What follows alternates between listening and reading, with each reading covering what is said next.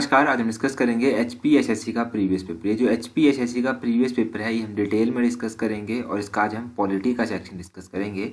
इससे पहले हम हिस्ट्री का सेक्शन डिस्कस कर चुके हैं, जियोग्राफी का सेक्शन डिस्कस कर चुके हैं और HPJK का सेक्शन डिस्कस कर चुके हैं। तो आप हमें टेलीग्राम पर ज्वाइन कर लीजिए। टेलीग्राम पर ज्वाइन करने के लिए आपको लिंक नीचे डिस्क्रिप्शन बॉक्स में मिल जाएगा। अदरवाइज आप @allexam31 भी अपने टेलीग्राम से सर्च कर हमें ज्वाइन कर सकते हैं। टेलीग्राम के अलावा आप हमें फेसबुक और इंस्टाग्राम पर भी ज्वाइन कर सकते हैं। तो चलिए डिस्कस करते हैं आज की वीडियो का फर्स्ट क्वेश्चन। क्वेश्चन नंबर 151 से स्टार्ट करेंगे। यहाँ पर क्या पूछा गया है, which schedule of Indian constitution deals with anti defection. तो इंडियन कॉन्स्टिट्यूशन का ऐसा कौन सा शेड्यूल है जो एंटी डिफेक्शन के साथ डील करता है। तो देखो, दल बदल विरोधी कानून के साथ जो शेड्यूल डील करता है वो है 10th schedule of Indian constitution. Option C जो है वो सही आंसर है। अब यहाँ पर एंटी डिफेक्शन की बात की गई है। देखो, इंडियन कॉन्स्टिट्यूशन में कितने शेड्यूल हैं? इंडियन कॉन्स्टिट्यूशन में 12 शेड्यूल है। ये 12 के 12 शेड्यूल्स आपको याद होने चाहिए। इनमें से जो इंपॉर्टेंट है वो हम एक बार डिस्कस कर लेते हैं।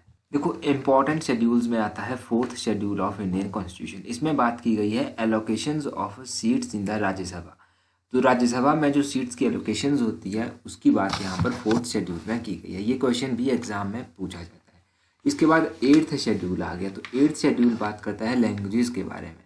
देखो, प्रेजेंटली जो है वो 22 लैंग्वेजेस हैं इंडियन कॉन्स्टिट्यूशन में जो रिकॉग्नाइज की गई हैं।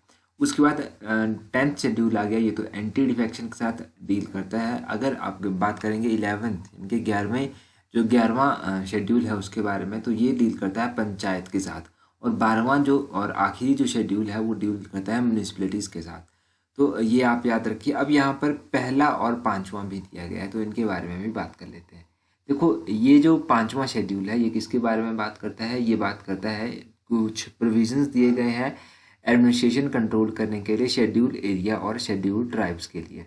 और पहला जो शेड्यूल है वो किसके साथ डील करता है? ये डील करता है नेम ऑफ स्टेट्स हो गया, उनकी टेरिटरी जुरिडिक्शंस हो गया, यूनियन टेरिटरीज हो गया, कितने एक्सटेंड हैं उसके बारे में यहाँ पर बात की गई है। तो ये पहला, 5वां, 10वां और 11वां और इसके अलावा जो हमने बताया वो भी इंपॉर्टेंट है।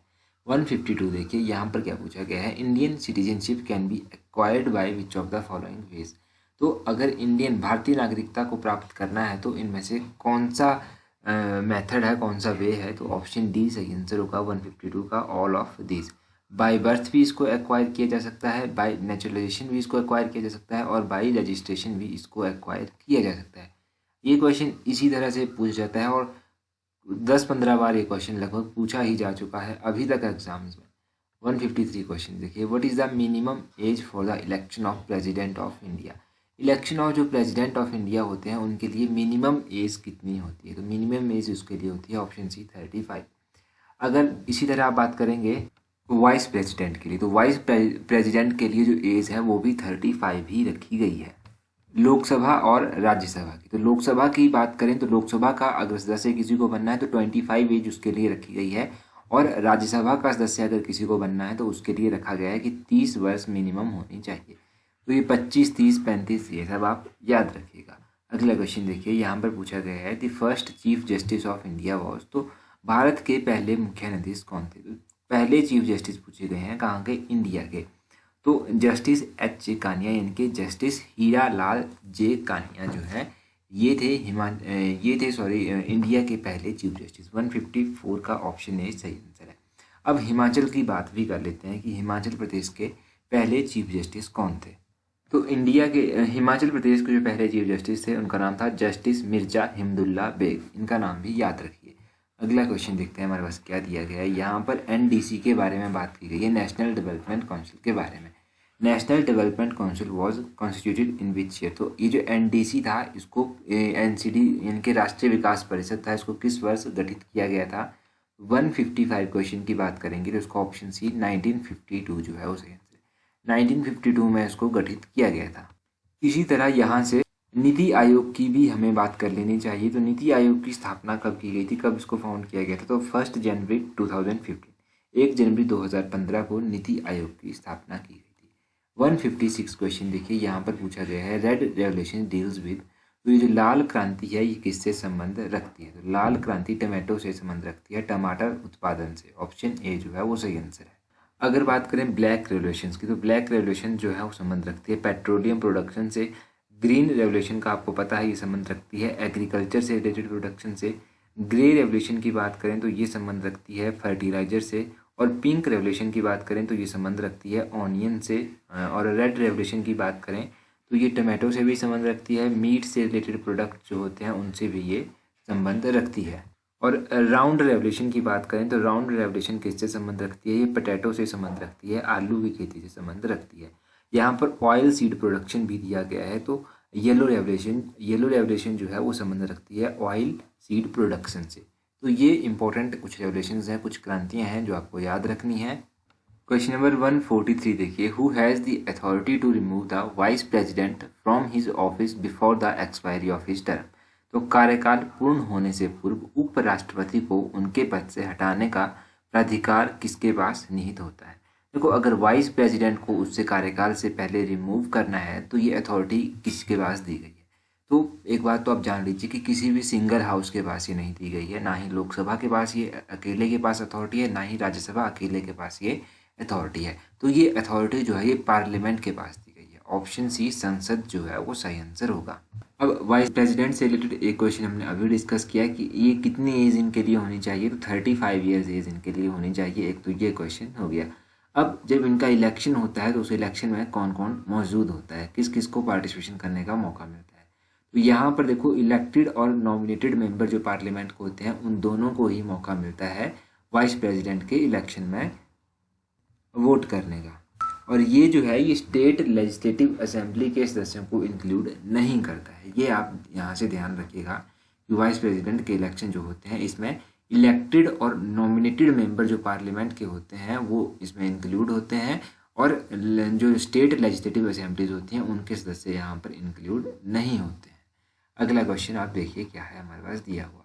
Which of the following jurisdiction of Indian judiciary covers public interest litigation?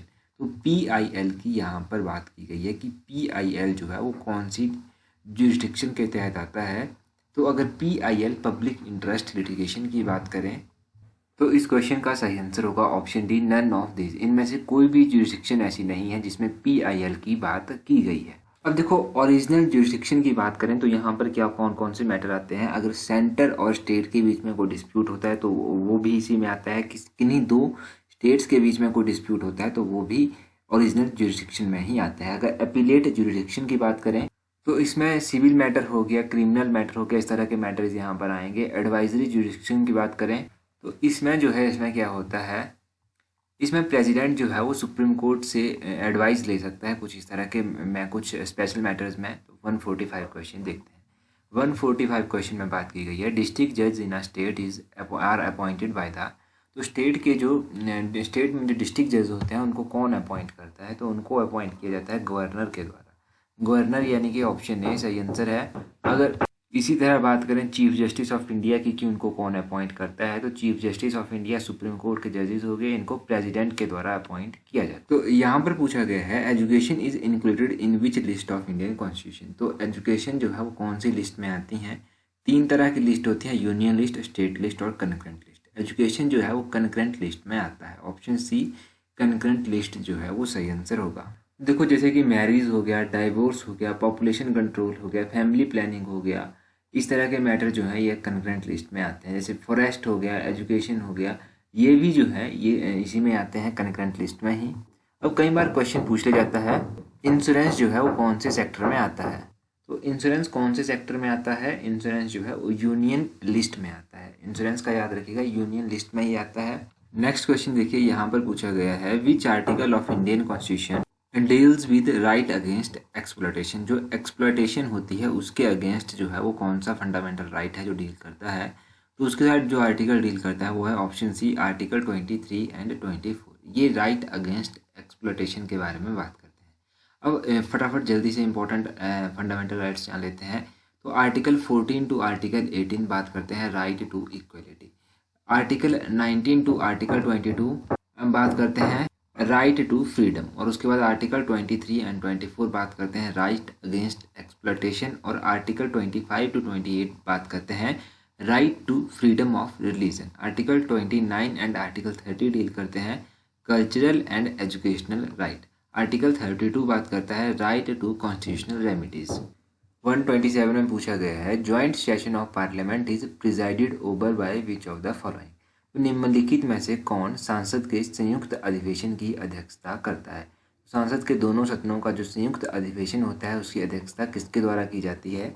ये की जाती है स्पीकर ऑफ लोकसभा के द्वारा। ऑप्शन सी स्पीकर जो है वो सही आंसर होगा। इन केस अगर स्पीकर अब्सेंस है, स्पीकर प्रेजेंट नहीं है, तो ये डेप्टी स्पीकर के द्वारा की जाती है लोकसभा के। और डेप्टी स्पीकर भी अगर अब्सेंट है तो ये डेप्टी चेयरमैन जो राज्यसभा के होते हैं उनके द्वारा प्रिजाइड किया जाता है। तो ये आप ज्वाइंट सेशन के बारे में याद रखिए। 128 देखिए which is Maharatna status company. तो अगर बात करें कि इनमें से कौन सी कंपनी ऐसी है जिसको महारत्ना स्टेटस दिया गया है, तो option D all of this जो है वो सही आंसर होगा। स्टील अथॉरिटी ऑफ इंडिया को भी दिया गया है, gas authority of India limited को भी दिया गया है और भारत हैवी इलेक्ट्रॉनिक लिमिटेड को भी ये स्टेटस दिया गया है। तो ये आप याद रखिए कि महारत्ना का स्टेटस कौन कौन सी कंपनीज को दिया गया है। बाकी आप लोगों के लिए जो आज का क्वेश्चन है वो है कि सेविंग मिरर कौन सा होता है। Which mirror is used as shaving mirror. तो शेव करने के लिए जो मिरर यूज होता है वो कौन सा होता है। ये क्वेश्चन है आपके लिए, अपना आंसर कमेंट करके ज़रूर बताएं। So that's all for today. Thank you very much for watching and listening it very patiently.